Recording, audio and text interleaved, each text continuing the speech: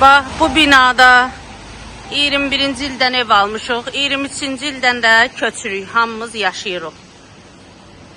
Bu binanın arxası da obyekti də, arxa obyekti də ev kimi eləyiblər, satıblar.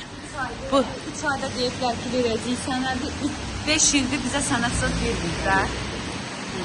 3000 də pul alıblar hər ailədən. 3000 də pul alıblar.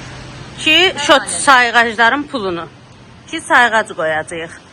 Bu qonşu binanın sahibi Nüsrət. Daşlarda bu yanda su var. Buraları düzəltdi. Bu birisi biz tərəfə döşətdirmir. Bu binanı tikən. Buradan gələn sular da axır bizim binanın altına. Altına. Buradan, bu da qapımızın vəziyyəti. Cibimizdən alıb qoyduğumuz damafonla xarab eləyiblər. Xarab eləyiblər qəsdən. Yandırmırlar işıqlarda. Bu da sayğacların evi. Qapı bağlıdır. Biz şotçikiləri görmürük. Sayğac adımıza heç bir sayğac yoxdur. 4 ildir. Bura obyekt idi.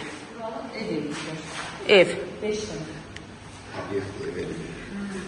Bu da bizim blokun pəncərəsi. Pəncərəni, şüşəsini çıxardıb komendant deyilən şəxs Səxavət. Yağış yağır bütün blokun içinə.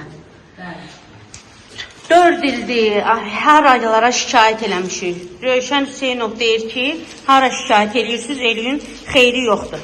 Bu da bizim çıxarışımız. Mən birinci bu evi almışam.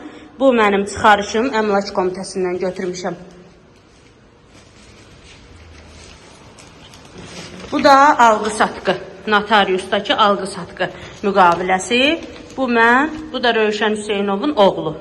Mənə söz verilib ki, 3 aydan sonra bütün sayğaclar qoyulacaq, sayğac adımıza keçiriləcək. Nə sayğac var, nə sənəd var. 5 ildən çoxdur heç bir söz günlər kolu verilməyib.